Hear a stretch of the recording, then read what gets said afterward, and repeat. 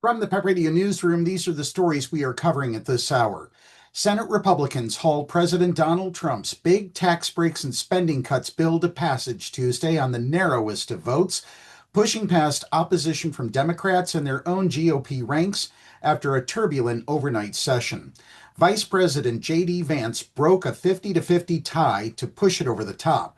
The three Republicans opposing the bill were Senators Tillis of North Carolina, Susan Collins of Maine, and Senator Rand Paul of Kentucky.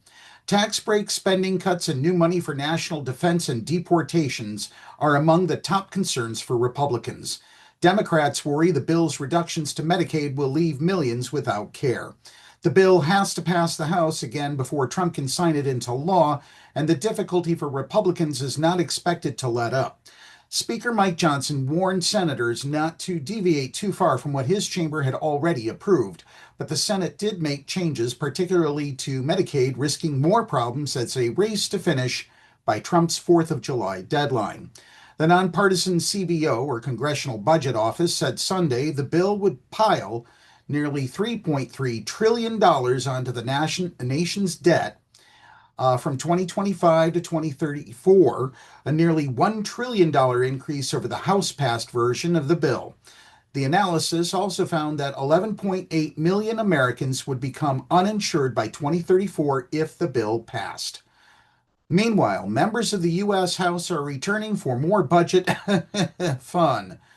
The House Rules Committee, which set the terms for how the legislation will be debated, including amendments and the length of time for debate, has scheduled a meeting for 1:30 p.m. today.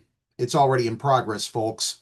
That's barely an hour after the Senate approved the measure, with Vice President JD Vance casting the tie-breaking vote. The House is returning Wednesday morning, and Speaker Mike Johnson reiterated that after the Senate vote that Republicans are, quote, ready to finish the job. The House had approved an earlier version of the bill in late May with only one vote to spare. Now they'll be voting on the version amended by the Senate. It could be difficult for some of the GOP's fiscal hawks, namely, it is projected to increase federal deficits by $3.3 trillion, again, nearly $1 trillion more than the original House-passed bill.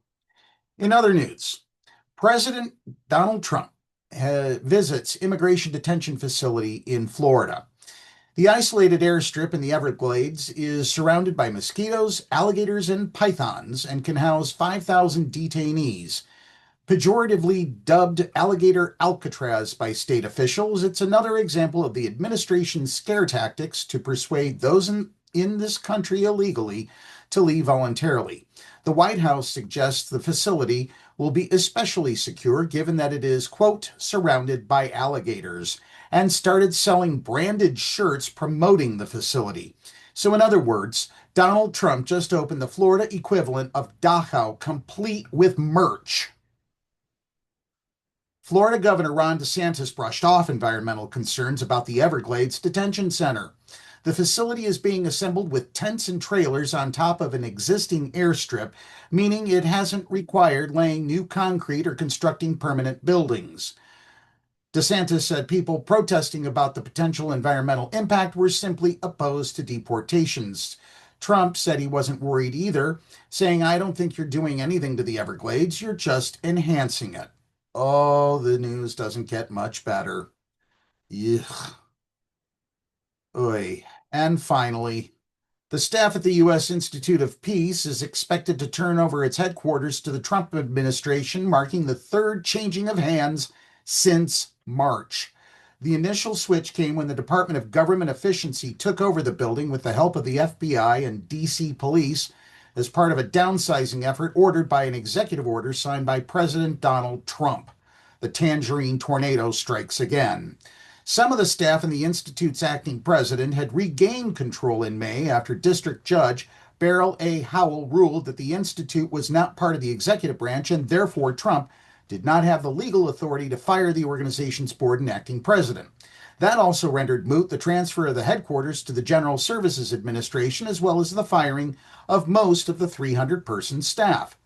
The U.S. Court of Appeals for the District of Columbia Circuit stayed Howell's ruling June 27th, prompting discussions by the organization to relinquish its headquarters again.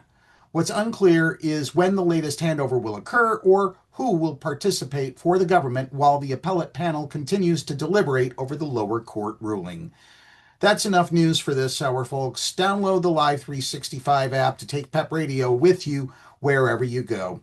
Up next, we have the Meadville area weather forecast here on PEP Radio.